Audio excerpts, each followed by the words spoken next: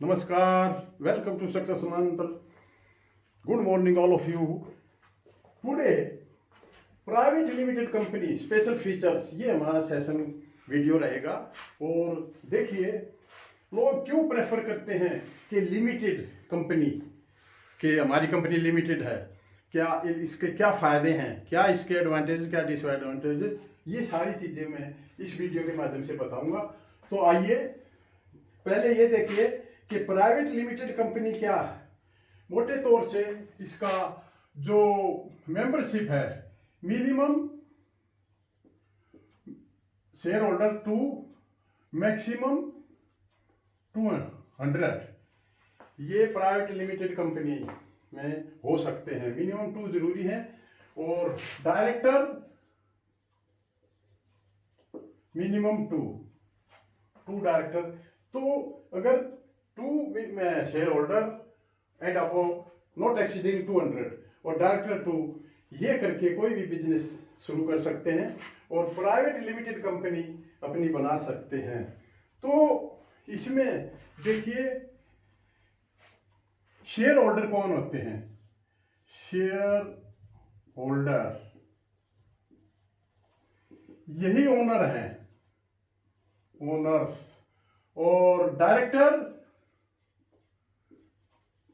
ये मैनेजर्स। ये director share holder भी हो सकते हैं। तो ये चीजें हैं, वो मैंने बताया था, मिनिमम 2 मैक्सिमम 200 तक ये हो सकते हैं। तो प्राइवेट लिमिटेड कंपनी ओपन करके बिजनेस सेटअप किया जा सकता है। लिमिटेड का क्या मतलब है? लिमिटेड मीन्स, इसका क्या मतलब है? लिमिटेड का मतलब लायबिलिटी,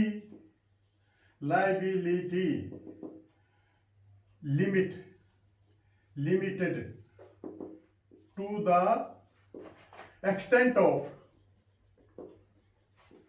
शेयर्स, देयर शेयर्स, उनके शेयर तक ही उनकी लायबिलिटी रहती है। और या फिर लायबिलिटी लिमिटेड टू गारंटी, भाई जो गारंटी है, गारंटी इतने तक की गारंटी शेयर होल्डर लेते हैं। तो इसका मतलब ये है कि जो शेयर होल्डर हैं, ओनर हैं, उनकी जो लायबिलिटी है वो कंपनी, इन केस कंपनी का डेट है और वो किसी तरह कंपनी का डेट पे ऑफ नहीं कर पाते हैं, तो उनकी पर्सनल एसेट्स से रिकवर नहीं कर सकते। इसीलिए इन्वेस्टर्स लिमिटेड कंपनी की ओर आकर्षित होते हैं कि यहाँ पर उनका जो शेयर है सिर्फ वही अटैच हो सकता है, उनकी पर्सनल एसेट्स अटैच नहीं हो सकती, उससे रिकवरी नहीं हो सकती। तो ये इसके मेन फायदे हैं। अब ये देखिए, अब सबसे पहले क्या है, सबसे फर्स्ट जो है, नो एडवांटेजेस क्या है इसके? एडवांटेजेस या ये कह सकते हैं बेनिफिट्स। तो नो मिनिमम कैपिटल रिक्वायर्ड, इसमें कोई मिनिमम कैपिटल रिक्वायर्ड नहीं है कि कोई भी कंपनी रुपीज 10,000 या 15,000 से भी कंपनी स्टार्ट की जा सकती है। इतने की ऑथराइज्ड कैपिटल से भी कंपनी शुरू की जा सकती है। तो ये था कि इसमें कोई मिनिमम, ये इसका बेनिफिट है, no minimum capital required. Authorise share capital, देखिए ऑथराइज शेयर कैपिटल क्या होती है? वो शेयर कैपिटल जहां तक कोई कंपनी उस लिमिट तक बिजनेस कर सकती है। और सब्सक्राइब कैपिटल वो होती है जो सब्सक्राइब पब्लिक में की हुई है। और paid up capital, actual capital जो रिसीव होती है, वो कैपिटल है। तो एक तो ये फायदा है, no minimum capital.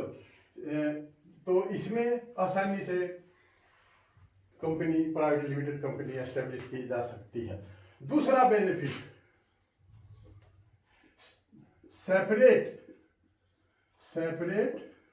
Legal entity, separate legal entity. Company की जो एंटिटी, कंपनी की जो लीगल एंटिटी है वो सेपरेट है in comparison to share holder. Share holder या जो भी उसके इन्वेस्टर हैं उनसे कंपनी की लीगल एंटिटी सेपरेट है। इसके जो कंपनी की जो एसेट्स एंड लायबिलिटी बनती है वो सेपरेट होती है। शेयर होल्डर्स की अलग होती है, जो मैंने बताया कि उससे उसकी रिकवरी नहीं हो सकती इन केस अगर कंपनी पे ऑफ करने में डेट कोई है नहीं करते, तो जो ये एंटिटी है ये बनी रहती है एक के बाद। वो आपने पढ़ा होगा कंपनी क्या है, company is an artificial person created by law having a perpetual succession and A common seal. ये 1956 कंपनी एक्ट में आपने पढ़ा होगा। तो इसकी लीगल एंटिटी उनसे अलग होती है, डायरेक्टर और शेयर होल्डर से। तीसरा, लिमिटेड लायबिलिटी। लिमिटेड लायबिलिटी ये इसका मेन बेनिफिट है। लिमिटेड लायबिलिटी, लायबिलिटी जो है वो मैंने जैसे बताया था कि अगर डेट लिया हुआ तो कंपनी से ही उसकी रिकवरी होगी, उस शेयर होल्डर से नहीं होगी। शेयर होल्डर्स की कितनी लायबिलिटी है? To the extent of their unpaid shares, या ये कहिए कि उनके शेयर होल्डर जो की वैल्यू जो है वहां तक की लायबिलिटी के वो जिम्मेदार हैं, वरना तो फिर कंपनी की एसेट्स एंड लायबिलिटी से ही रिकवरी हो सकती है। तो fourth, easy fund. Easy fund raising, आसानी से कंपनी का फंड रेज किया जा सकता है, क्योंकि किसी भी व्यक्ति से को इन्वेस्टर जो इंटरेस्टेड है, और इंटरेस्टेड क्यों होगा? क्योंकि लायबिलिटी लिमिटेड है। तो इसीलिए लिमिटेड कंपनी बना के, प्राइवेट लिमिटेड कंपनी बना के ही लोग इसको प्रेफरेंस देते हैं। तो 5, free and easy transfer. Free and easy transfer of shares. Shares का इजी ट्रांसफर कर सकते हैं, ये ट्रांसफरेबल हैं। शेयर जिसके ट्रांसफरेबल हैं, किसी भी एंटिटी को या बाहरी व्यक्ति को शेयर का ट्रांसफर किया जा सकता है, शेयर ट्रांसफरेबल हैं। तो 6 में क्या है? Perpetual succession. परपेचुअल सक्सेशन मतलब स्थायी अस्तित्व होता है। कंपनी कभी खत्म नहीं होती कि किसी की डेथ हो जाए या किसी का ट्रांसफर हो जाए तो कंपनी चलती रहती है, जब तक उसका लिक्विडेशन या डिसॉल्व ना हो तब तक ये चलती रहती है। 7, एफडीआई अलाउड। एफडीआई अलाउड है, प्राइवेट लिमिटेड कंपनी में एफडीआई अलाउड है। कोई भी फॉरेनर इसमें इन्वेस्ट कर सकता है या कोई भी फॉरेन कंपनी इसमें इन्वेस्ट कर सकती है, ये इसमें अलाउड है। तो 8th लिमिटेड में क्या है?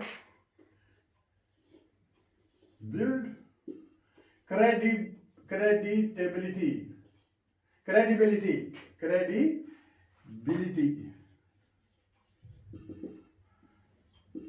और कंपनी अपनी साख इसमें बिल्ड कर सकती है, बना सकती है। कंपनी की साख बनती है क्योंकि जितनी भी कंपनी से रिलेटेड इंफॉर्मेशन है और जो सब डाटाबेस होती हैं, तो इजीली इसकी इंफॉर्मेशन मिल जाती है। तो यहाँ से क्रेडिबिलिटी बन जाती है, और क्योंकि डाटाबेस पर होती है। आइडियल बिजनेस एंटिटी, ये किसके लिए ज़्यादातर आइडियल है? मीडियम और लार्ज एंटिटी स्केल पे ये इसका फायदा है प्राइवेट लिमिटेड कंपनी का। और मीडियम भी है और आइडियल बिजनेस शुरू कर सकते हैं। तो ये 7-8 बेनिफिट हैं, ताकि आपने सुना होगा ना, कहते हैं कि हमने तो अपनी कंपनी ओपन कर ली और वो लिमिटेड है। तो लिमिटेड का मतलब ये है, असली तो यही फायदा है कि limited to what extent, limited to their share holding. बस जो इसके ओनर हैं उनकी लायबिलिटी उनके शेयर होल्डर से ज़्यादा नहीं हो सकता। जो वैल्यू उनके शेयर होल्डर की है वही है। तो इसीलिए प्राइवेट लिमिटेड कंपनी के ये स्पेशल फीचर देखते हुए private limited company is one of the best organisations. तो अब इसके कुछ डिसएडवांटेजेस भी हैं, वो मैं वैसे बता सकता हूँ। जैसे रिस्ट्रिक्ट ट्रांसफरेबिलिटी। देखो ट्रांसफरेबिलिटी है लेकिन वो रिस्ट्रिक्ट है। रिस्ट्रिक्ट का मतलब ये है कि एक होता है मेमोरेंडम ऑफ एसोसिएशन और एक होता है आर्टिकल ऑफ एसोसिएशन। तो रेजुलेशन पास करके आर्टिकल ऑफ एसोसिएशन में के तहत ही कोई ट्रांसफरेबिलिटी अलाउड है। तो एक तो ये थोड़ा सा है कि भाई आर्टिकल ऑफ एसोसिएशन के द्वारा ही किया जा सकता है।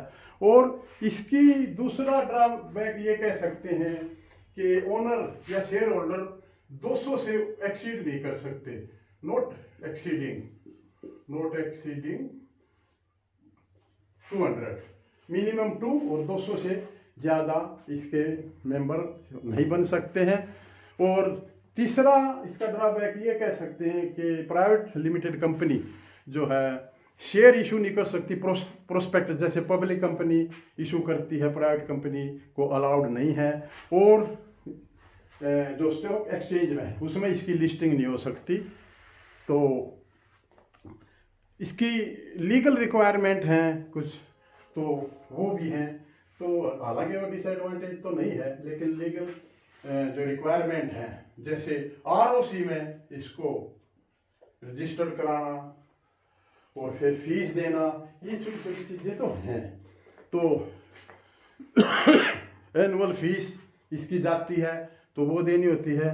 तो हाई कॉस्ट है थोड़ा सा, एडमिनिस्ट्रेटिव भी है और सेटिंग कॉस्ट भी है।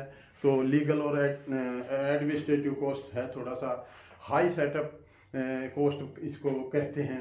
तो और hinder to motivate and control workers, कई बार अनरेस्ट हो जाता है कंपनीज में, तो वर्कर को मोटिवेट करना, कंट्रोल करना थोड़ा डिफिकल्ट है।